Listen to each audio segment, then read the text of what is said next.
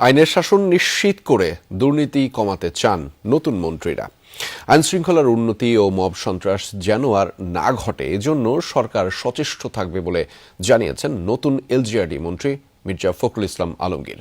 এ সময় তিনি বলেন, শূন্য থাকা স্থানীয় সরকার বিভাগের সিটি, পৌর ও উপজেলা নির্বাচন দ্রুত সম্পন্ন করা হবে।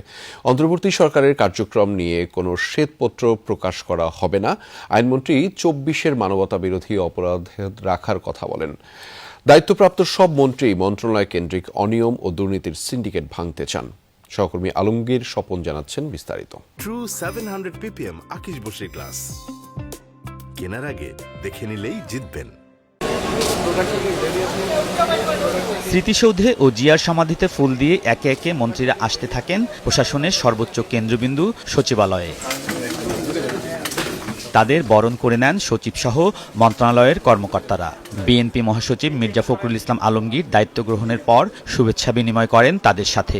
এরপর তিনি জানান, শূন্য থাকা স্থানীয় সরকারের সিটি, পৌর, উপজেলা, জেলা ও ইউনিয়ন পরিষদের নির্বাচন যত দ্রুত সম্ভব সম্পন্ন করতে চায় সরকার। যত দ্রুত সম্ভব আমরা এগুলো নির্বাচনের ব্যবস্থা করব, যত দ্রুত সম্ভব।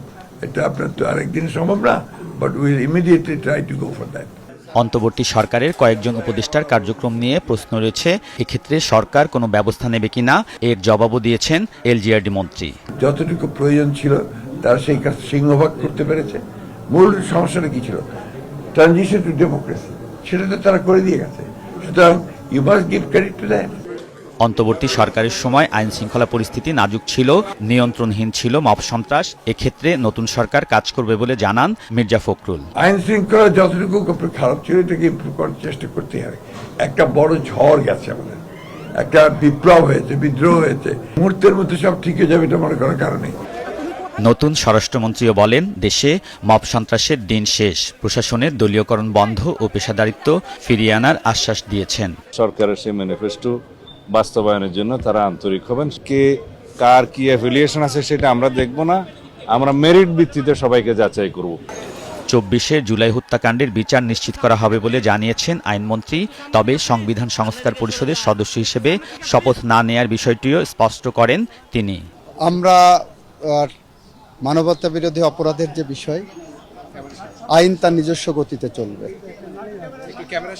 আইন তার নিজস্ব গতিতে চলবে, আমরা সেভাবেই দেখব। তবে আইনের যদি কোনো অপব্যবহার হয়ে থাকে সেটাও আমরা দেখব।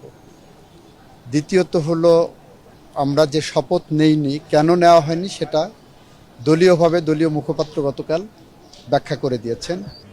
নতুন দায়িত্বপ্রাপ্ত মন্ত্রীরা দায়িত্ব নিয়ে মন্ত্রণালয়ের দুর্নীতি ও অনিয়মের সিন্ডিকেট ভাঙার আশ্বাস দিয়েছেন।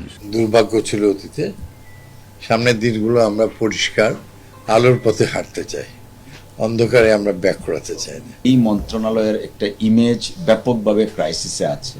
Unfortunately not only Bangladesh, through out the world দুর্নীতির বিরুদ্ধে zero tolerance, honesty and honesty. যেখানে দুর্নীতি আছে সেখানে দুর্নীতিমুক্ত হতেই হবে এবং সেটা করা আমাদের দায়িত্বের অংশ।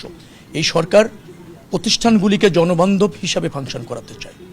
আমাদের যে মন্ত্রণালয়গুলি আছে সেখানে কোনো অপচয় থাকা উচিত হবে না, অপ্রয়োজনীয় প্রকল্প নেওয়া যাবে না। চেষ্টা করবো যেন আমাদের প্রধানমন্ত্রীর নির্দেশ অনুযায়ী যে লাইনে আমরা ভালোভাবে কাজ করতে পারি।